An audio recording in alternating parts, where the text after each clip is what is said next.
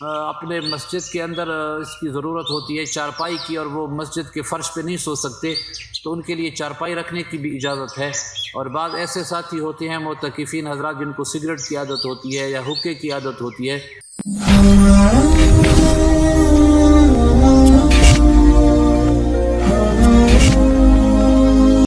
الحمدللہ وحدہ والصلاة والسلام علی من لا نبی بعدہ وعلى آلہ واصحابہ الذین اوفوا عہدہ الذین هم مفاتیح الرحمة ومصابیح الغرر۔ اما بعد فاعوذ باللہ من الشیطان الرجیم، بسم اللہ الرحمن الرحیم۔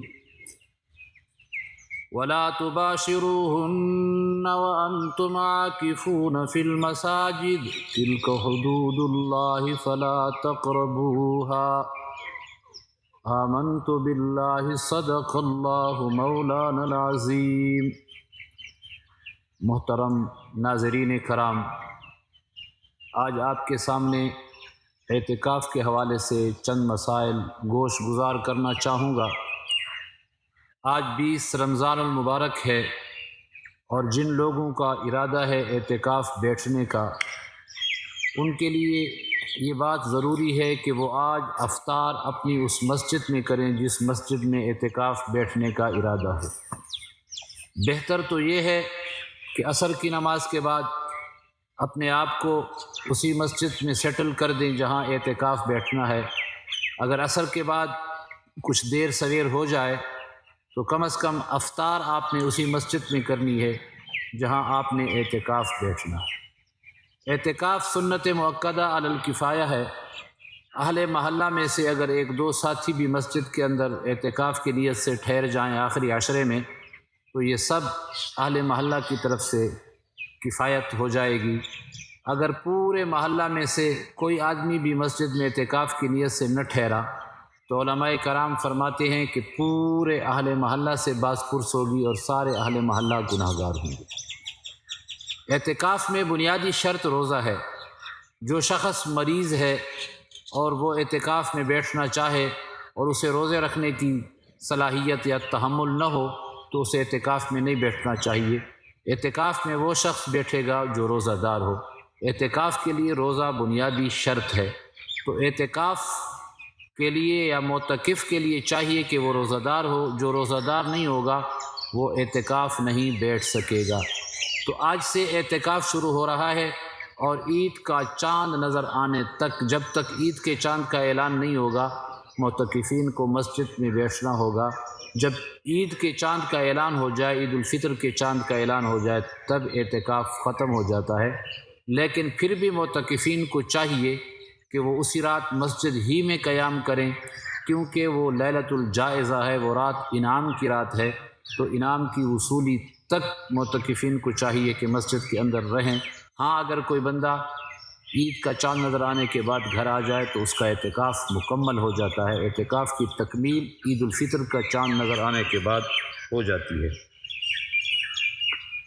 رہی یہ بات کہ جو ساتھی اعتکاف بیٹھتے ہیں وہ مساجد کے اندر کپڑے لٹکاتے ہیں اپنے آپ کو ایک طرف رکھنے کے لیے یا گوشہ نشینی کے لیے، تو اس کے متعلق علماء کرام فرماتے ہیں کہ یہ معتکف کی اپنی دل کی ارادے پر ہے، نیت پر ہے کہ اگر وہ چاہتا ہے کہ میں لوگوں سے الگ تھلگ ہو کر بیٹھ جاؤں تب بھی ٹھیک ہے، لیکن اگر کوئی یہ سمجھتا ہے کہ اس سے میرے اندر عجب پیدا ہوگا، ذام پارسائی پیدا ہوگی، خبط عظمت پیدا ہوگی، تو اس کو چاہیے کہ کپڑے نہ لٹکائے۔ بہرحال میں نے بھی آج صبح ساتھیوں سے بیان میں یہ عرض کیا کہ میری اپنا ذاتی جو رائے ہے یا ذاتی اوپینین ہے وہ یہ ہے کہ معتکفین کو کپڑے نہیں لٹکانے چاہیے، پردے نہیں لٹکانے چاہیے۔ لیکن اگر کوئی سمجھتا ہے کہ میں نے کپڑے لٹکانے ہیں یا میرا فائدہ کپڑے لٹکانے کے اندر ہے اور میں اس حوالے سے تھوڑا سا گوشہ نشین ہو کر بیٹھ سکتا ہوں، تو وہ کپڑے لٹکائے، کوئی ممانعت نہیں ہے۔ بہرحال یہ بندے کی اپنی نیت اور ارادے پر ہے اور اپنی ذہنی کیفیت پر ہے کہ وہ کس طرح اپنے آپ کو محفوظ سمجھتا ہے۔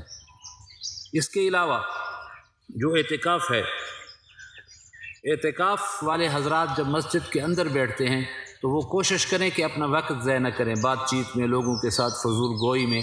ہاں اگر ایک آدمی کسی کے ساتھ کوئی ضروری بات کرنا چاہتا ہے تو معتکف کر سکتا ہے۔ اسی طرح جو موبائل کا استعمال ہے اعتکاف کے اندر، کوشش کرنی چاہیے، جس کو آج کل کی اصطلاح میں ڈیجیٹل فاسٹنگ کہتے ہیں، پرہیز کرنا چاہیے موبائل سے، موبائل ساتھ نہیں رکھنا چاہیے۔ لیکن بقدر ضرورت اگر کوئی بندہ چاہتا ہے کہ میرا گھر کے ساتھ رابطہ ہو، کھانے کے حوالے سے، کوئی کپڑے لانے ہیں، کسی اور وجہ سے، تو ضرورت کی حد تک بہرحال موبائل کو استعمال کیا بھی جا سکتا ہے۔ اور جو ساتھی کسی ایسی مسجد میں اعتکاف کر رہے ہیں کہ جس مسجد میں جمعہ کی نماز نہیں ہوتی، تو وہ دوسری مسجد میں جہاں جمعہ ادا ہوتا ہے وہاں جا سکتے ہیں اسی مسجد میں جمعہ پڑھنے کے لیے۔ تو راستے میں ان کو چاہیے کہ کسی کے ساتھ بات چیت کے لیے رکے نہیں، کسی کے ساتھ درمیان میں وہ ٹائم ضائع نہ کریں، بلکہ راہ چلتے ہوئے اگر کسی نے سلام کر لیا یا سلام کا جواب دے دیا یا کوئی ضروری بات کسی نے پوچھ لی تو اتنے حد تک تو کیا جا سکتا ہے۔ لیکن معتکف کو جمعے کی نماز کے لیے آتے جاتے ہوئے کسی کے ساتھ رکنا اور گپ لگانا اور اس کے ساتھ اپنے ٹائم کو ویسٹ کرنا یہ جائز نہیں ہے۔ ہاں معتکف اگر ایک مسجد سے دوسری مسجد جمعہ پڑھنے کے لیے جا رہا ہے تو اس کو اجازت ہے کہ راہ چلتے سلام کر لے، سلام کا جواب دے دے، لیکن اپنی حالت اور حیت یوں بنائے کہ اگلے کو یہ پتہ ہو کہ یہ معتکف ہے۔ اس کے لیے چاہیے کہ سر پہ کوئی کپڑا ڈال لے، اپنے آپ کو تھوڑا سا، جیسے بندہ چہرہ چھپانے کی کوشش کرتا ہے چادر ڈال کر، بالکل تو چہرہ نہیں چھپایا جا سکتا، لیکن حیت کچھ اس طرح بنا لے کہ سامنے والے کو یہ پتہ ہو کہ یہ معتکف ہے اور ایک مسجد سے دوسری مسجد میں جا رہا ہے۔ اس طرح جو معتکف ہے اس کو اپنی حاجات ضروریہ کے لیے، حاجات شرعیہ کے لیے وہ مسجد سے باہر نکل سکتا ہے۔ مثلاً وہ جس کو سرائکی میں یا اپنی تبلیغی اصطلاح میں تقاضا کہتے ہیں، پیشاب پاخانے کے لیے یا غسل جنابت کے لیے باہر جا سکتا ہے، اور جو ہی وہ غسل جنابت کر لے گا یا پیشاب پاخانے سے فارغ ہو جائے گا تو فوراً مسجد ہی کی طرف رجوع کرے گا۔